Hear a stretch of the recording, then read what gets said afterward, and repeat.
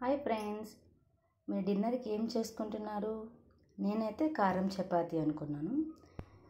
ఇది చాలా ఈజీ అండి, ఒక 10 నిమిషాలు అయిపోతుంది. దీనికి ఏమేమి వేసుకోవాలి అంటే,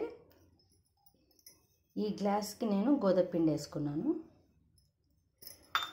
ఈ గ్లాస్కి అద్దం మైదా పిండి, అద్దం గోధుమ పిండి వేసుకొని బాగా మిక్స్ చేసుకోవాలండి. దీంట్లోకి మీరు ఇష్టం వచ్చిన వెజిటేబుల్స్ మనం యాడ్ చేసుకోవచ్చు. ఎట్లా అంటే క్యాప్సికమ్ కానీ, క్యారెట్ కానీ, ఆనియన్, కరివేపాకు, కొత్తిమీర ఏమైనా యాడ్ చేసుకోవచ్చు. ఇప్పుడు నా దగ్గర ఏమేమి ఉన్నాయో అవి మాత్రం నేను యాడ్ చేసుకుంటున్నాను. నేను కొంచెం క్యారెట్, 2 ఆనియన్స్ వేసుకున్నానండి. ఇందులోకే మనం కారం తగినట్లుగా పచ్చిమిరపకాయల పేస్ట్, మా ఇంట్లో అయితే రెడీగా ఉంటుందండి పచ్చిమిరపకాయల పేస్ట్. రాగి దోశకు కానీ, రాగి రొట్టి, అక్కి రొట్టికి అన్నిటికీ యూస్ చేస్తాము. తగినంత ఉప్పు వేసుకోవాలి.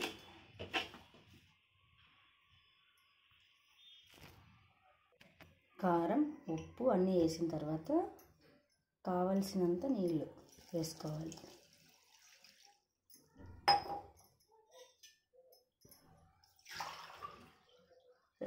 2 గ్లాసులు నీళ్ళు అయితే పడుతుందండి. దీనికి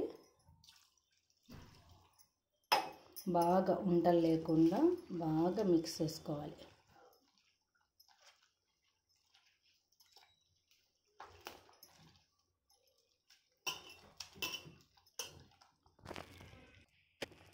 ఇలా అండి, కొంచెం తిక్కగానే కలుపుకోవాలి.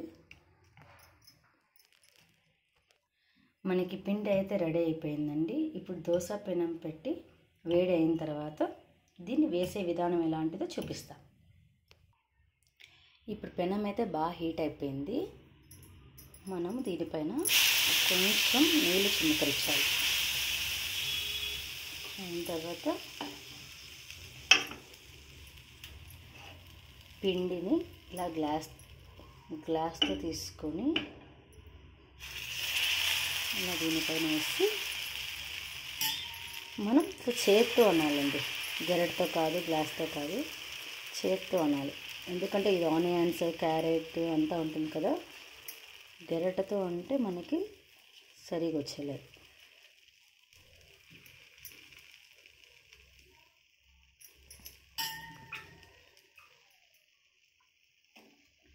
కొంచెం ఆయిల్ వేసేసి, ఇది కొంచెం కాలే విధానం నెమ్మదిగా కాలుతుందండి. ఇది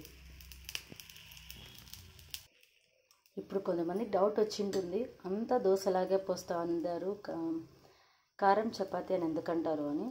ఏమో తెలీదండి, పిల్లప్పని ఇంకా మా ఇంట్లో ఈ టిఫిన్ని కారం చపాతీని అని పిలుస్తారు. మేము దీన్ని కారం చపాతీని అని అంటాము. మీరు కావాలంటే కారం దోశ అనుకోవచ్చు.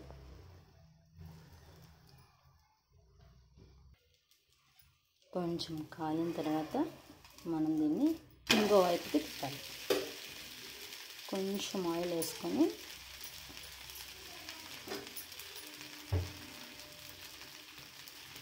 ఇది బ్యాచిలర్స్ కూడా ఆరాంగా చేసుకోవచ్చు. మనం ఎక్కడికన్నా బయటికి వెళ్ళేసి వచ్చినాక స్ట్రైన్ అయిపోయినాము, ఇప్పుడు ఏం చేసుకునే ఓపిక లేదన్నప్పుడు కూడా ఈజీగా అయిపోతుందండి.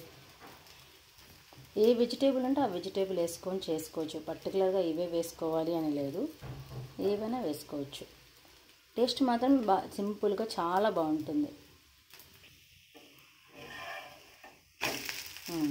బాగా ఎర్రగా రోస్ట్ అయింది కదండి.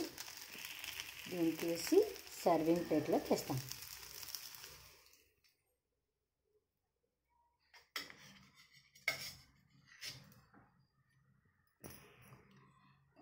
ఇదే విధంగా ఇంకొక దోశ వేస్తామండి.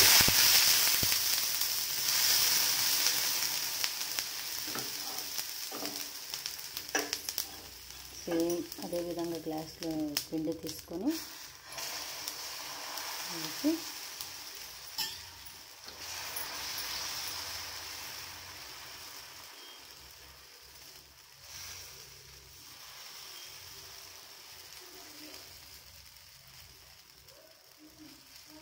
ఈవెన్గా స్ప్రెడ్ చేసిన తర్వాత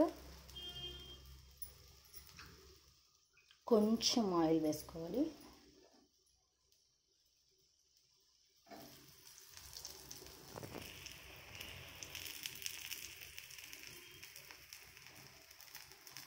సాఫ్ట్గానే ఉంటుందండి. ఇది చిన్న పిల్లలు కూడా అందరూ తినచ్చు. చూడండి ఎంత బాగా కాలంలో. అంతేనండి. మరి మీరు కూడా మీ ఇంట్లో ట్రై చేసి ఎలా వచ్చిందో చెప్పండి. తప్పకుండా లైక్ చేయండి, షేర్ చేయండి, సబ్స్క్రైబ్ చేయండి. Thank you. బాయ్.